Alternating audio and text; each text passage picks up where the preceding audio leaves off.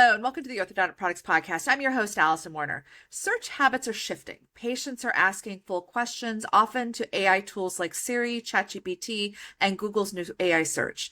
In this episode, we explore answer engine optimization and what orthodontic practices need to do to stay visible in this new search landscape.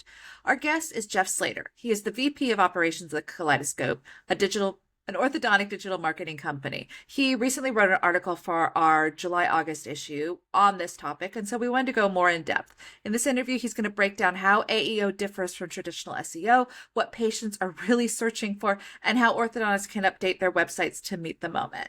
Jeff, thank you for joining me. It's great to have you. Yeah, absolute pleasure to be here. Thanks for having me. So let's start with the basics. And these are the basics even for me, because I learned a lot reading your article. But what exactly is answer engine optimization, AEO, and how is it different from traditional SEO orthodontic practices are used to? Yeah, I think the biggest thing to take away for AEO is it's the AI overviews that we're seeing on Google search. So when you go to Google and type in a question, you've probably seen this in your own experience. Yeah. You get that snippet right at the top that says AI overview, and it's basically a paragraph answer to your question. And that shows up above the traditional search results, right? Where we're used to seeing Google Maps and a list of website results, which we call organic. So AEO, or answer engine optimization, is really the practice of optimizing your content to show up in those AI overviews. So we're seeing patients turn to tools like Siri, Alexa, and ChatGPT when they're looking for orthodontic care. So not just the Google search that we're used to. How is that shifting search behavior? How is that shift in search behavior affecting how practices should structure their websites? Yeah, I think, one thing to remember is AEO, or I'll throw another acronym at you, GEO, which is Generative Engine Optimization. They're really subsets of what we think of as traditional SEO. So search engine optimization, more of a broad term, and we're used to search engine optimization thinking about backlinks and keywords and all those types of things. So where the answer engine optimization comes in, and then the generative engine optimization is just an extension of traditional SEO and structuring your content so that it ranks both in traditional forms of search that we've been working on for the last 10, 15 years. And now as AI comes to the forefront and has more of an impact on these results, structuring your content also in a kind of a question and answer format. We're really trying to optimize it so that these artificial intelligence programs are going to pick up your data. One way I would present it to your audience is AEO, or answer engine optimization, mostly deals with the AI overviews on Google. And then when we talk about ChatGPT or Bard, Gemini, Perplexity, Google also has SGE, which is their search generative experience. That all falls under GEO, generative engine optimization. So ChatGPT is under GEO, if that part makes sense. That's how I've been remembering it. This is all very new, right? So it's kind of, we're learning this as we go, but AEO is for AI overviews. GEO is for ChatGPT and those other, language learning models that people are starting to use more and more. Okay, the ones where you're having like a conversation with the tool. Yes, exactly. Okay. So does that, because I'm learning too, is there a difference then in how you approach those two? Or is it kind of the same approach that you're going to go with AEO? There's definitely similarities. Now, the way with the AI overviews is kind of just you test it, right? You just do the searches in your area, see what shows up. What we're even doing is a little bit of reverse engineering. So if you're asking a question to Google and you're looking at that AI overview, if you're not there, look at the practices or the competitors who are there, and what does that snippet say? And then can you locate that snippet on their website and see how they've got it formatted, how they've got it presented, where is it located on their website? We're still in the very early stages, so there's a lot of testing going on. And one of the best ways to test for this is find the results that have already achieved this and then reverse engineer from there based on what they've got in their setup. Oh, okay. That's smart. Okay, so in the article you wrote for our July-August issue, we talked about this a little bit, but you mentioned that patients are asking those full questions now instead of typing short keywords. So what type of questions should, and you talked a little bit about there, what kind of what Mhm. types of questions should orthodontic websites be answering? And how should you be presenting those answers? Because I know in your article, you kind of break down like using, having the full question and then having a very short, concise answer, not Mhm. leading the answer down in the bottom. So, Right. It's kind of a little bit predictive, right? Like trying to anticipate what are your prospective patients going to be asking. And a lot of it has mhm. to do with cost, cost of braces in your city, or how long does Invisalign take in your city, and adding in those local keywords to try to connect it to your geographic area. So a little bit of it is really just almost like the FAQ pages of old. If you remember when Oh, websites were first becoming a thing and all the businesses were yeah. starting to build websites, it seemed like everyone had an FAQ page, a Hmm. frequently asked questions page. And then they Yeah. kind of aged out and sort of became an outdated type of Oh. content on website. And it almost seems like, everything is cyclical and history repeats itself. Hmm. We're almost coming full circle back to the FAQ, the frequently asked questions. Yeah. And having the page on your site for frequently asked Uh-huh. questions, I think makes sense, but also trying to work those frequently asked questions into your content more organically, Okay. because what all of these, Google and ChatGPT, they'll tell you to write your content for humans, don't write your content for machines. And I think there's Hmm. still a lot of truth to that. You don't want to be out here Okay. trying to game the system or manipulate the results, because for every loophole you think you find, there's a bunch of programs that are designed to find and close those loopholes, Hmm. right? So you Right. really want to stick to the basics and try to anticipate what your target audience is going to be looking for. And it goes back to an old adage that I've been saying for years, and I got it from Mary Kay Miller, the CEO, owner of Kaleidoscope. Yeah. It's tell your audience what they want to know, not what you want to tell them. And I think we get stuck sometimes as business owners, web developers, when we're writing content. We want to talk about what we think matters or why we think Right. we're great. And what we really need to do is, put our thinking cap on and get inside the head of our target audience and our prospective patients. What do they actually care about? What are they most likely to be searching for? And then work from there. I know when I've had to work on search engine optimization, it's always like, it's embedding that keyword Hmm. throughout the text. And, it forces you sometimes to have that longer text. Hmm. With AEO and, answering the question, Hmm. should you be as concerned with that full text that's getting that keyword, Hmm. running Yeah. through there a number of times and instead just being really, in a way, concise? Because I know in the article you had a question about how long does Invisalign teen treatment take? Hmm. And the answer was very short and concise. Whereas I think, old SEO would have been like mentioning Invisalign teen Yeah. over the course of many paragraphs. So is there a Mhm. shift there in style as well, or length? Right. Yeah, I think what you're getting at is keyword density. So, how many Mm-hmm. times are we repeating the keyword in this Mm-hmm. piece of content? Mm-hmm. And that used to be a more effective strategy, right? Where when the algorithm was a little more primitive, it would Yeah. just sort of tally up how many times is this keyword mentioned on a specific Mm-hmm. page, and then whatever page mentioned it the most times would Mm-hmm. usually rank higher. That's sort of how Yeah. Google established or determined authority, years Mm-hmm. ago.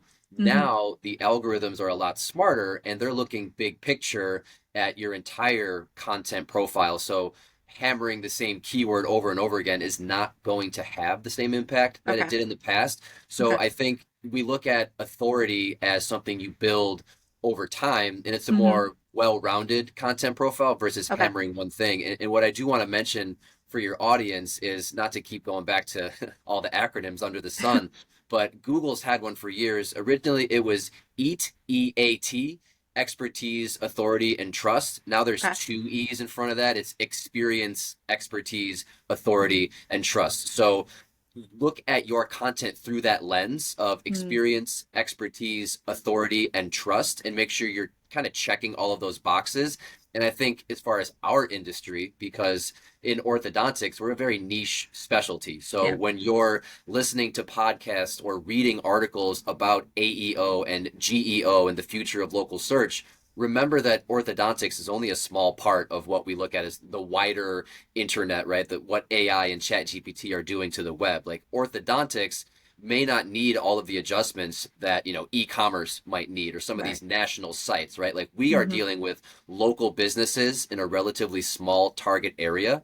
Okay. Orthodontic practices are not optimizing for national search, or thousands of searches. We really want to Mm-hmm. drill down and focus on the most important pieces. And I think leaning on the expertise of the doctor, the experience of the doctor, and sharing maybe even a little bit of the credentials and the history of the practice, I think that's a good way to sort of show those signals to the Mm-hmm. algorithm is, how long has the practice been open? How long has the doctor been certified for? What are some of those Ah, certifications? I think okay. sprinkling some of those in might make sense, doing it in a natural way. Yeah. But some of the things that these algorithms are looking for is how can they, kind of differentiate between a dental practice that's offering orthodontic services Mm-hmm. versus an orthodontic practice that has, a specialized doctor who's been trained and has been practicing for 25 years. I think that could be a differentiating factor as well. So you want to get in as much information as you can Mm-hmm. without seeming like you're trying to spam or keyword stuff or game the system.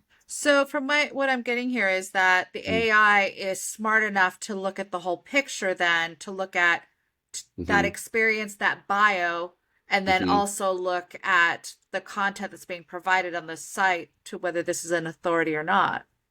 Yep.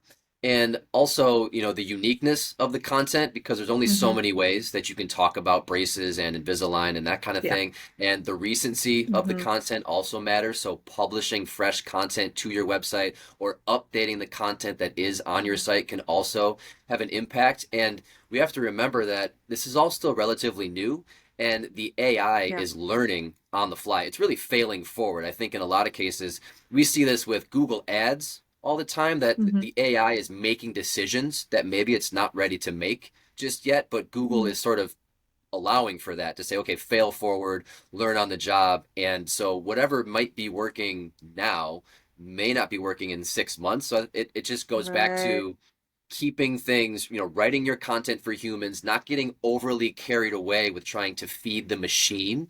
You still want Mm-hmm. the structure and the optimization to kind of take that into account as far as the AI Mm-hmm. and the algorithms. But at the end of the day, the algorithms and programs are smart enough to know when a website is trying to trick them or trying to keyword stuff or trying to spam. So even if it Mm-hmm. works in the short term, odds Yeah. are that that loophole will be closed before long, and then you're going to lose whatever ground you might have gained. So don't get too Okay. carried away trying to solve the riddle as Yeah. opposed to just creating good content and keeping some Mm-hmm. things fresh. You don't want your website or your blog to get overly stale because Yeah. then the AI is going to look to sites that are producing newer, fresher, more relevant content, and they're probably going to win out.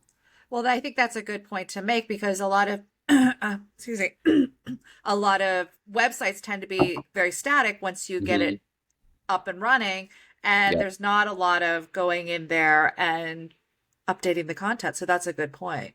Yeah, absolutely. Especially in our industry, because like I said, there's only so many ways you can talk about Yeah. braces and Invisalign and aligners. Mm-hmm. So putting your own spin on it, putting your own voice on it.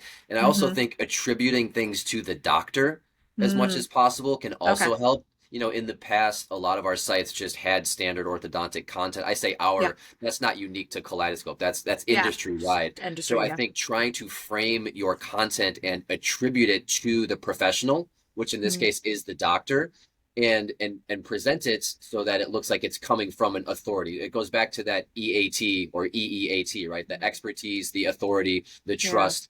If it's tied back to a professional who is trained, educated, and certified in this Mm-hmm. industry, early signs indicate that these algorithms and AI programs are going to trust that more if they can attach that information to a credible, certified, qualified source. Okay. And then does because of that need to kind of update the content, does that lend itself to really having that kind of blog feature Mhm. on your website? Yeah, absolutely. If you have the bandwidth and the availability to be publishing blog content to your Hmm. site, I definitely would recommend it. What I say to clients a lot is if you have two websites that are relatively equal in terms of domain authority, download speed, and content, the Mhm. site that is regularly adding new relevant content will probably have a leg up on the website that's remaining Okay. static and not adding anything new. Okay. Okay. So Mhm. what would you say are some common mistakes you're seeing orthodontic practices make when it comes to optimizing for these answer engines, and how Mhm. can they fix them? I think the first place to start is how old is your website? How Mm. fast does it load? And how does it perform on mobile? Because Ah, if you're trying, it's a little bit of putting the cart ahead of the horse in the sense okay. that if your site is a little bit outdated and you're trying to make these sort of futuristic updates for AEO and GEO and you're trying to make an outdated website shine in this sort of, I don't want to call it futuristic local search Right. landscape, but Yeah. I think before diving headfirst into AI and AEO and GEO, ask yourself, how old is my website? Run some tests. How does my site perform on mobile? What are the download speeds for my site? And do you maybe need to update the site to a newer framework that is meeting more of the guidelines for local search now, and then incorporating elements of AEO and GEO and these AI overviews? Because if you have a website that's 4 or 5 years old Mhm. and you're trying to optimize it for AI without first updating, the sort of the framework, the Yeah. under the hood optimization, because if the site Hmm. doesn't load fast, the AI is probably going to skip past it anyway. So I Mm. think it's getting the basics, getting the foundation in place first. And now if you have a newer website from the last year or two and you want to Yeah. start incorporating some of these newer AI pieces, I think that makes more sense. But I would say one of the most common mistakes we see is we'll have a client or a prospect come to us and say, "Hey, I'm reading about AEO, GEO, AI, make my site compliant with this." And then we go in and look. I'm like, well, your site's 4, 5, 6 years old. It's built on outdated technology. A lot of these improvements you want to make aren't really gonna hold or really do anything for you Ah. until you make those foundational changes to sort of get the basics in place. Okay, so the if the AI is judging your Mhm. site from a technical standpoint as before it even gets to maybe the content. Yeah, absolutely. And load times and download speeds are more of a ranking signal now than they've ever been before. So it used Really? to be if your site was kind of slow, it was annoying for human Yeah. users and you might lose some visits and people might leave your site if it loaded slowly, but it Hmm. wouldn't really impact your ranking very much, where you could still rank pretty high even with an outdated website that loaded pretty slowly. Nowadays, that download speed and those load times are more of a ranking signal. So if your site's not up to speed, both figuratively and literally, if your site's not up to speed, Yeah. it can actually drop you lower in the results. And some of these AI and AEO updates we're talking about really won't even be impactful to your business Right. until you get your basics, your foundation in place and get your site updated to where it's meeting the current criteria. Okay. It's the old Okay. lipstick on a pig, right? Lipstick on you can try to put AI or AEO on an outdated website and think that you're Right. bringing it into the future, but if the framework and the under the hood setup is outdated, you're kind of spinning your wheels. So what's considered outdated at this point? The general shelf life for an orthodontic website is about 3 to 5 years. So Okay. right now we're kind of using COVID or the pandemic around 2020 as the Okay. benchmark and saying if your website was built before COVID and you're Uh-huh. still rocking with it, it's Uh-huh. probably time to update. Now, I would also kind of asterisk that statement by Hmm. saying that the shelf life depends on how good the site is when it's built, right? So if the Hmm. site is only 2 or 3 years old, but the framework and the quality of the site is poor and it's already slow, it Hmm. becomes outdated much more quickly, right? So you could have a Right. site, oh, I just built it 2 years ago, but then we go in and look and it just wasn't done very well. So you're kind of Yeah. already due for an upgrade, even though in your mind, I just built this thing a Yeah. couple of years ago. Whereas if a site is built on quality framework and it loads quickly and it's got the structure, the navigation, the links, the content, if a lot of those pieces are in place, you'll Hmm. get more mileage out of that site. You could have a 4 year old orthodontic website that still performs and ranks very well Yeah. if it was, optimized for mobile and Right. built on a current framework that still performs. So there's definitely shades of gray. There is no absolute, if Okay. if this then that, or if you do this, you'll be successful 100% of the time. I mean, we've seen this with Google over the years where you could have a practice that does pretty much everything right and still ranks behind a competitor, And the flip side, you can have practices that kind of ignore their digital marketing and they have outdated stuff and they still rank really high, and then everywhere in Yeah. between. So there's Yeah. there's nuance associated with it for Right. sure. Right. But definitely the AI is judging you now on your The AI is technicals. very, very judgy, super judgy. There we go. Okay, so for practices that already have an SEO strategy in place, what are hmm kind of those first steps they can take to start incorporating AEO or hmm GEO without overhauling their entire site? Let's assume they have the technical, Sure. standards to meet the moment. I think part of that depends on what their SEO program involves, whether it's Mm, more of a monitoring thing where, you can have an SEO program that's really just Google Patrol, where you're just okay. checking your rankings and you're checking your Google business profile and you're monitoring Google Search Console for your website health. I mean, that qualifies as an SEO program, but Mhm. it's not exactly a proactive service that's expanding your digital footprint or building your keyword profile. Meanwhile, you could have a more proactive SEO program, maybe with blogging, that's publishing content to your website, once or twice a month. And then maybe you're cross-posting or doing some content distribution to your Google business profile or to your Facebook page. That's where you might want to start to incorporate some of these content ideas, more of this Q&A, more conversational search, more anticipating what are the questions that people are going to be typing into Google. One of the places I like to look the most is inside your blogs. You'll have your subheadings, right? You've got your Mhm. title and then building in more subheadings, which might be also called like an H2 tag or an Yeah. H3 tag if we want to get really granular and kind of Hmm. nerd out on the Yeah. SEO part of things. But one thing that I like to do is as I'm writing a blog, I like to chunk it out into sections and then name my subheadings or my H2 tags according to trying to sort of nail what's the question or what's the search term. So I want my subheadings inside my blog to match the search term or the question. Now we're talking more conversational search Right. that people are typing in. So really trying to highlight front and center, this is the question that this content is going to answer. So I would say that would be one place to look if you're already running SEO, is look at your H2 tags and your subheads and try to be more conversational. And another one would be attribution, trying to attribute your content, connect it to a source or cite Yeah. it to the doctor specifically. So these new programs and algorithms that are trying to determine authority and expertise, if it's Hmm. just a piece of content floating out there in the wild that's not attributed to anyone or anything, that may Yeah. not be as impactful as a piece of content that has a direct source that the algorithm or the AI program can connect it to somebody like a doctor who is a Yeah. subject matter expert. Subject matter expertise is really Yeah. critical and very important. And I think that's something that practices can leverage more going forward. Okay.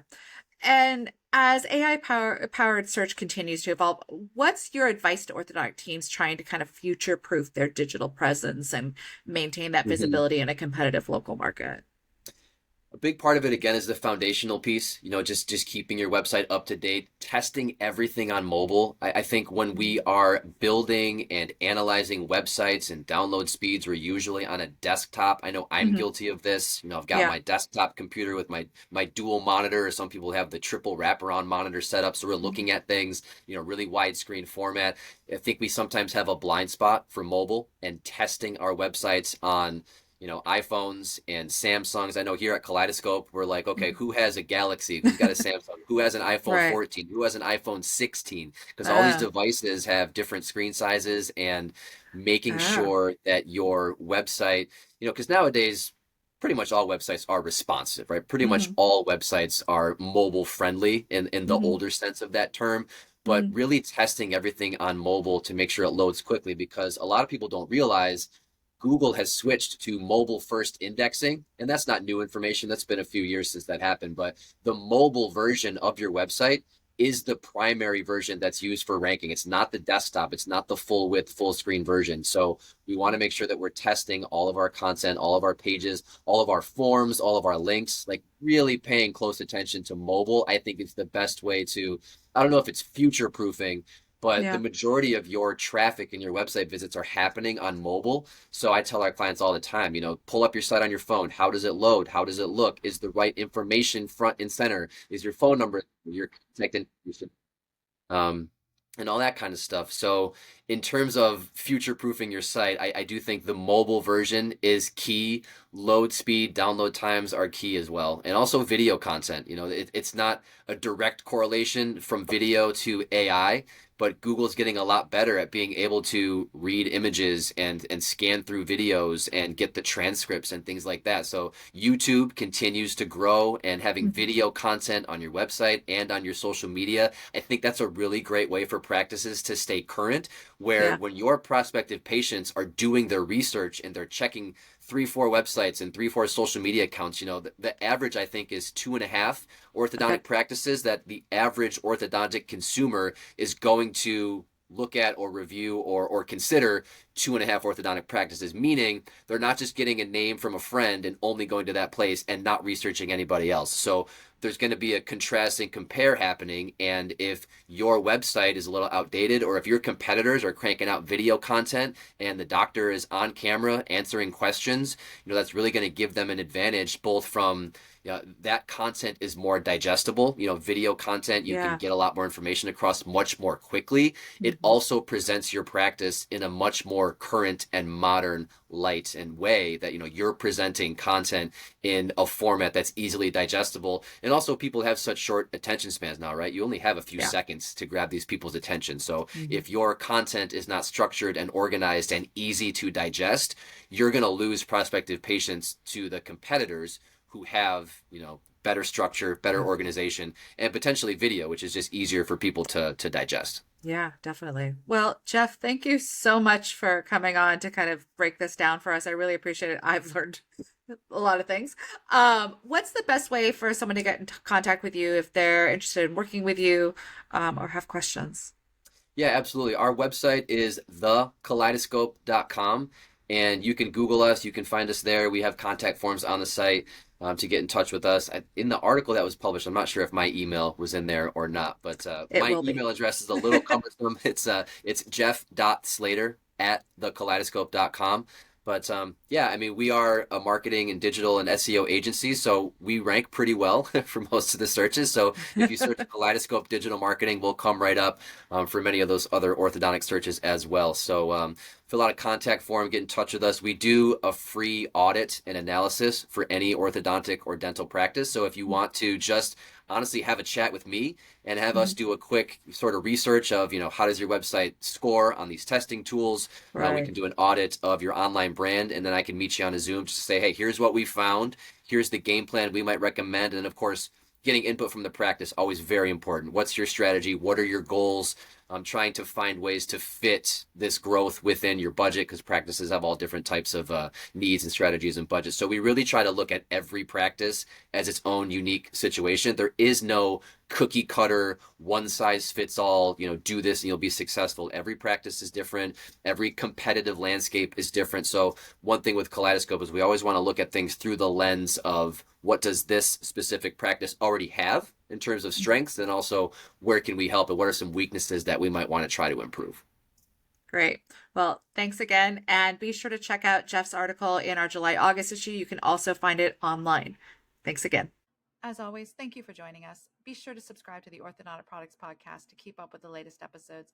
And be sure to check out orthodonticproductsonline.com to keep up with the latest industry news. Until next time, take care.